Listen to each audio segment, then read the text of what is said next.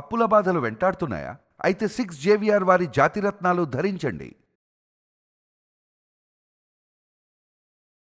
నమస్కారం అండి. నమస్కారం అమ్మా. ఎలా ఉన్నారు?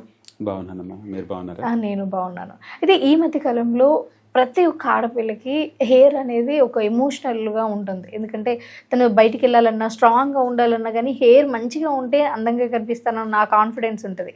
కానీ హెయిర్ ఫాస్ట్గా లాస్ అవ్వడం, లేకపోతే గ్రే హెయిర్ రావడం, ఇవన్నీ వస్తూ ఉంటాయి కదా. అసలు హెయిర్ మంచిగా పెరగాలంటే ఏం చేయాలి?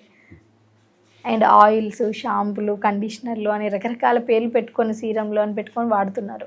ఇవి వాడొచ్చా, వాడకూడదా? చెప్తానమ్మా. అదే ఇప్పుడు హెయిర్ అనేది ఒక ఇండికేషన్. హెయిర్ లాస్ అనేది, జుట్టు ఊడిపోవడం అనేది మన లోపల, అది ఒక జుట్టు ఊడిపోవడం అనేది ఒక సెపరేట్ సబ్జెక్ట్ కాదు, సెపరేట్ ఇష్యూ అని అనుకోకూడదు.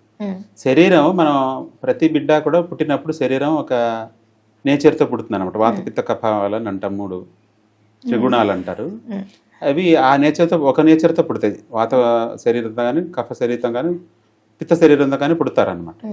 ఈ ప్రకృతిని మనం ఆహార విహారాదులు కరెక్ట్గా లేకపోవడం వల్ల మన శరీరం బ్యాలెన్స్ తప్పి దోషాలు శరీరంలో వాతం ఎక్కువైపోయి ఆ వాతమే పిత్తంగాను కఫంగాను తయారవుతుంది అనమాట. ఇలా ఇంబ్యాలెన్స్ అయినప్పుడు దానికి ఇండికేషన్గా జుట్టు ఉడుతుంది. దీన్ని సరిచేయింది జుట్టు అనేది సమస్య కాదనమాట. దేనికైనా ఒకటే, శరీర ప్రకృతిని కరెక్ట్ చేయడం, శరీర ధర్మాన్ని, మన శరీర ధర్మాన్ని యథాతథ స్థితికి తీసుకురావడం అనమాట. అది సమస్యకు పరిష్కారం. జుట్టు రావడానికి హార్మోన్ ఇంబ్యాలెన్స్ హార్మోనల్ ఇంబ్యాలెన్స్ ఒక కారణం అవుతుంది. తర్వాత న్యూట్రిషనల్ డెఫిషియన్సీ కారణం అవుతుంది. తర్వాత టెన్షన్స్ ఇలాంటివి అన్నీ కూడా కారణం అవుతాయి. సో నిద్ర లేమి అనేది కూడా కారణం అవుతుంది. కాబట్టి వీటన్నిటికీ కూడా మనం ప్రాపర్ డైట్, ముఖ్యంగా నట్స్ అండ్ సీడ్స్ తీసుకోవడం, ఆ తర్వాత వెజిటేబుల్స్ కూడా అమ్మ, ఆకుకూరలు, నట్స్ అండ్ సీడ్స్ చాలా ప్రధానంగా. కానీ ఈ ఆయిల్స్ పెడుతున్నారు కదండి, ఆయిల్స్ మరి నేను వాటి గురించి నేను మాట్లాడను. కండిషనర్స్ ఇవన్నీ ఏంటి, దేంతో తయారవుతున్నాయి, దాని ప్రభావం ఎలా ఉంటుంది ఏంటన్నది ఎవరికి వాళ్ళు తెలుసుకోవాల్సిందే. తెలిసిందే కదా. అది కెమికల్స్ ఏవైనా నష్టమే, సహజ సిద్ధంగా ఉండేవి. ఇప్పుడు నేను ఒక హెయిర్ ఆయిల్ ఇస్తాను. ఆ హెయిర్ ఆయిల్ కాదు, యాక్చువల్గా స్కాల్ప్కి మనం దాన్ని అప్లై చేసుకుని మసాజ్ చేసుకుంటే జుట్టు రాలుతాం బాగా.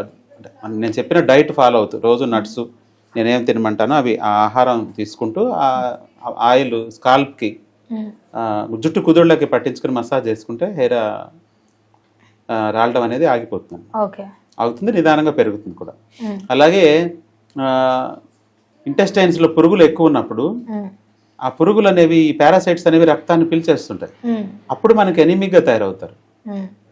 అప్పుడు గ్రే హెయిర్ వస్తుంది అనమాట. చిన్న వయసులో కూడా చాలా మందికి మధ్యలో బాల నెరుపు అంటారు, ప్రీమెచ్యూర్ గ్రే హెయిర్ అంటారు అనమాట. సో చిన్న వయసులో రావడానికి కారణం ఏంటంటే అది ఇంటెస్టైనల్ వామ్స్ కారణం అవుతాయి. సో వాటిని ఎరాడికేట్ చేసుకుని మళ్ళీ మనం సి విటమిన్ ఎక్కువగా ఉండేటువంటి, సహజ సిద్ధంగా ఉండేటువంటి ఆహారాలు, సి విటమిన్ టాబ్లెట్స్ కాదు. సో ఉసిరికాయ తీసుకోవడం, ఉసిరికాయ తొక్కు అనేది, ఆరెంజ్ కాదమ్మా, ఆరెంజ్ కంటే కూడా ఉసిరికాయ చాలా బాగా పనిచేస్తుంది. జుట్టు నల్లగా కావడానికి ఉసిరికాయని మనం, అడవి ఉసిరికాయలు, శ్రీశైలం నల్లమల ఫారెస్ట్లో ఉన్నటువంటి ఉసిరికాయలు తీసుకుని దాన్ని మనం సగం కాయలు రసం తీసేసి మిగతా కాయలు ముక్కలుగా కట్ చేసి దానిలో ఊరబెడతాం అన్నమాట. నిమ్మకాయ ఊరగాయ పెడతారు కదా, ఆ రసంలో వేస్తారు, మళ్ళీ బయట ఎండబెడతారు ప్రతిరోజు. అది ఆ పద్ధతిలో చేస్తాం. అది తీసుకుంటే బాగా జుట్టు అనేది, తెల్ల జుట్టు కూడా మళ్ళీ నల్లగా అవుతుంది. ఇంకా కొన్ని పద్ధతులు, కొన్ని రకాల మెడిసిన్స్ కూడా ఉన్నాయి, మూలికలు కూడా ఉన్నాయి జుట్టు రాలకుండా ఉండటానికి.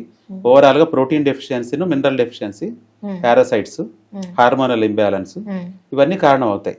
అంతేగాని ఊరినే షాంపూ లేకపోతే హెయిర్ ఆయిల్ రాసేస్తే వచ్చేస్తుంది అనేది అది కరెక్ట్ కాదు. అంటే లోపటి నుంచి కరెక్ట్ చేసుకోవాలంటారు, బయట పెట్టడానికంటే. అది ఇంటిగ్రేటివ్ అప్రోచ్. శరీరం మొత్తం ఒకటే యూనిట్. ఈ శరీరాన్ని మనం సరైన స్థితిలో, సరైన మన సహజసిద్ధంగా ఉన్నటువంటి ప్రకృతికి తీసుకురాగలిగితే అన్ని రోగాలు తగ్గుతాయి. ఓకే అండి, థ్యాంక్ యూ సో మచ్. చాలా చక్కగా వివరించారు. అండ్ హెయిర్కి సంబంధించి ఇష్యూ అంటే చాలా ఈజీగా వెరిఫై చేశారు. అంటే ఓన్లీ హెయిర్కి సంబంధించింది అంటే బయట ఏదో పెడితే బయట మొత్తం ఇంకా మెరుస్తుంది, పెద్దగా అవుతుంది అన్నది కాదు. హెయిర్ అనేది మీ బాడీలో ఒక పార్ట్. సో మీ బాడీ హెల్దీగా ఉంటే మీ హెయిర్ హెల్దీగా ఉంటుంది.